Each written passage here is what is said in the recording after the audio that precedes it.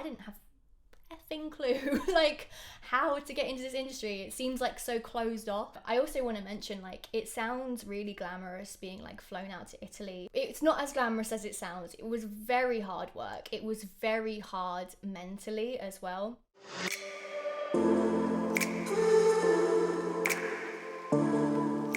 Hello everyone, welcome back to my channel. So in today's video I thought I would sit down by my fireplace, which doesn't work. I've put some candles in there for effect. Yeah, the autumn season is upon us. It's a lovely, gloomy, rainy day outside, and I thought we'd get cozy. I've got a cup of tea here, and I'm just gonna sit and do a really casual chat, catching you guys up on my acting life, because I haven't really updated in a while unless you follow my acting Instagram, so I'll leave that up here. Many of you may know that I graduated last year from the Arts University Bournemouth, and I did a degree in acting. It was the best 3 years of my entire life. I absolutely loved it, and I was really pushing after I graduated to sort of pursue an acting career, because that was like the prime time to push. And I was making a lot of videos on my YouTube channel back then about acting, and so I gained a lot of viewers who are interested in acting, and I get lots of people asking me for updates and what I'm doing now. And obviously the pandemic happened, which took a huge toll on the acting industry and all of us actors, so I figured I'd just pop on here and chat about it and drink some tea. So feel free to put this on in the background, or just listen or watch, whatever you want to do. So obviously after graduating, like, I think it's quite hard for actors after graduating, because you kind of like are pushed into the real world, and it's really, really hard. It's so hard. And as if it wasn't hard enough as it is, the pandemic made it like 10, 20 times harder. So it kind of just flatlined. It went completely dead. Obviously TV productions weren't being made. Theatres were closed for months on end. I think they're starting to reopen. TV industries and film industries are starting to get back on set, creating things here and there, but it's very slow. So auditions, I managed to get, as you may know, I managed to get an agent when I graduated. I have a ton of videos, by the way, which I'll leave below, and I'll leave a card to my acting series. I talk about how I got my agent, I talk about how I made my show reel, my whole university experience, lots of helpful information. By the way, if you are liking this video so far, please give it a like, and if you'd like to see more of my videos, please subscribe. Yeah, so I got an agent, and I started to have auditions sort of trickling in for random things here and there, and a few self-tapes. I booked one student film, but I was being paid for it, so it was a job. And then it kind of just went really quiet. And so I stopped even looking. I kind of just stopped pursuing acting for that whole summer, the whole like months of the coronavirus. I was just not pursuing it. I wasn't going on Spotlight. I wasn't going on the casting websites. Like, I used to go on them quite regularly to like apply for work. And I just stopped. I just completely stopped. I lost, like, I wouldn't say the passion, but I kind of lost sight of it, because I was like, what's the point? Like, nothing is going on in the acting world. The industry really suffered. But I recently kind of just picked myself up again. I just did a project which was a really, really great learning experience, and it was really random, which I'll talk about in this video as well. And I'll also talk about how I got that job and stuff. I actually went to Italy and France. I have my YouTube, so I just have been focusing on YouTube throughout this whole time where we have all this time and can't go out and see friends and people and work on projects and things like that. So I've just been focusing on YouTube, and I'm lucky enough that I'm self-employed, so I work from home. You know, that could change at any point. Like, YouTube's very precarious. Like, being an influencer is like not, I don't know how sustainable it is, but I'm just bobbing along, seeing how it goes, and hoping for new ideas to come to me. And I kind of have faith that I will always find a way, and I think that's something that I hope I can encourage people, that no matter what you're doing, if you just have faith and you really believe that you will be all right, you'll find a way, you'll find a job, things just come to you. And just stay busy, stay focused. It's so easy to say this stuff, but things do come randomly. The job I did, I posted a little bit about it on my acting Instagram. 2 weeks ago on a Saturday night, I randomly got a call from my agent. I was literally about to go to the gym with my boyfriend and I got a call and I was like, that's weird. I haven't auditioned for anything for like months on end. Like that, I never get calls from my agent really. It's usually emails and stuff. So I answered, I was like, hello. It turned out a theatre company had an actress drop out and they would be starting rehearsals in like 2 days, but their actress couldn't do it. And the rehearsals were in Italy and they would be performing in France. So it was a theatre and education show that they would be taking around schools. And I had actually auditioned for this role back in January, so 10 months prior to this phone call. I had auditioned for this show and just forgotten all about it because obviously I didn't get it. I was told a few months after that audition by my agent that I was in the final 5, so I was just, honestly, I was so chuffed to be in the final 5 for this audition. So as this actress couldn't do it, they just went down the list of people who were almost up for the role, and it turns out I was one of them, and I was so taken aback. I was so like really chuffed, but also I had half an hour to decide whether I wanted to do it or not, and if I did do it, I would have to get on a plane to Italy in less than 36 hours, and I would have 1 week to rehearse the show, and would be spending 2 weeks in Italy, 2-3 days in France, and then come home and have to self-isolate because France is currently not on the like safe zone list for 2 weeks. So it was quite like a lot to like take in. So I was like literally like really shaky. I was like, oh my god. So I said, I'll call you back in half an hour, I'll think about it. But I really didn't think I would take it because I was like, I've literally just moved into this flat. I'd only just settled in. I'd only been here 2 weeks at the time. I was kind of going through, you know, just kind of a weird time mentally in my head. So I didn't feel totally stable in myself and in my surroundings. And now it's like, go to Italy. Anyway, I had a chat to my boyfriend Lewis about it and he encouraged me to do it, and it kind of just gave me like the spark of inspiration to do it. And I was like, do you know what? Then less than 36 hours later, I was on a plane to Italy. I literally only got home like a week ago. So I've got 1 week left to quarantine. It just goes to show, like, you really don't know, like, when you've auditioned for something, you don't know, like, if the actress or actor who got it drops out, like, you might be next on the list. Like, it is crazy. I also want to mention, like, it sounds really glamorous being like flown out to Italy and stuff, but like it's not as glamorous as it sounds. It was very hard work. It was very hard mentally as well. Yeah, I did actually struggle quite a bit mentally on like in the first week of rehearsals. I wasn't sleeping very well. I was having quite bad anxiety, not so much about the show, but just in general, just lots of things kind of building up in my head about all kinds of things in life and lots of things. But yeah, just I was in a very strange place in my head, but overall, like, it was just a good experience to knock me out of my comfort zone. So the show was called #Virginie, and it was written by Tom Corradini, who runs Tom Corradini Teatro, which is an Italian theatre company. Yeah, I played Virginie, and it's basically a show about cyberbullying. It was an hour-long show. I felt like it was a really important story to tell because I really think social media, like, absolutely screws us all in the head, like especially young teenagers, and so I felt like it was a really important show to be a part of. So I have like loads of footage from the whole trip. I thought, I can make a vlog out of this, but I didn't really, like, it was such hard work that I never found like a good time to film or like to vlog or like update what was going on, because obviously I was in a funny place in my head. It was really stressful.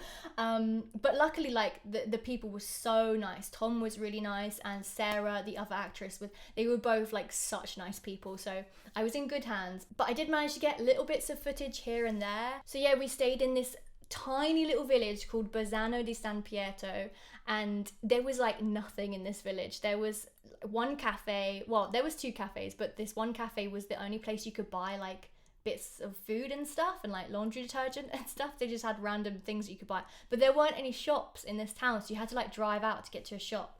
So there was like nothing in this town. There are a few restaurants and stuff, but anyway, it was just so quiet, peaceful. You could see like the rolling hills where I was staying. The place I was staying, there was like a church right next to it. It was gorgeous, and like in the distance you could see the Alps, the mountains, and I had no idea that I'd be able to see the mountains. I've never really been to Italy, so I just didn't think I'd see the mountains, but you could literally see the mountains, and I freaking love mountains. Like, I have pictures in my, like, around my flat of mountains because I just adore them. Like, I want them in my future. Like, I want to live, it's like a dream of mine to live in Canada. I literally, like, I almost got tearful, like, when I saw these mountains. When I got there, it was really, I was quite creeped out because the house that we were staying at was really creepy. Like, I kind of got used to it as time went on, but the first week was really hard. It was like a very old Italian house, and it was very odd layout, and I just wasn't really used to a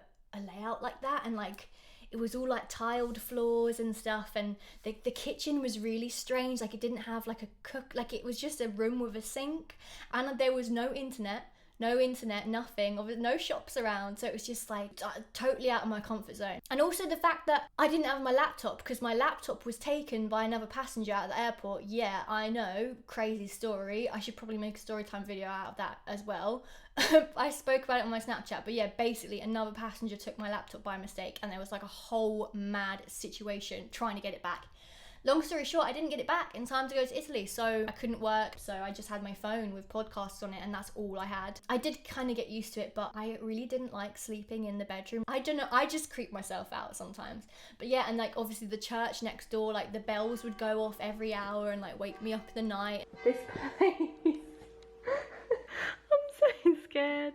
And I started getting sleep paralysis in the night, like quite a few times in the night during my stay there, which was not good.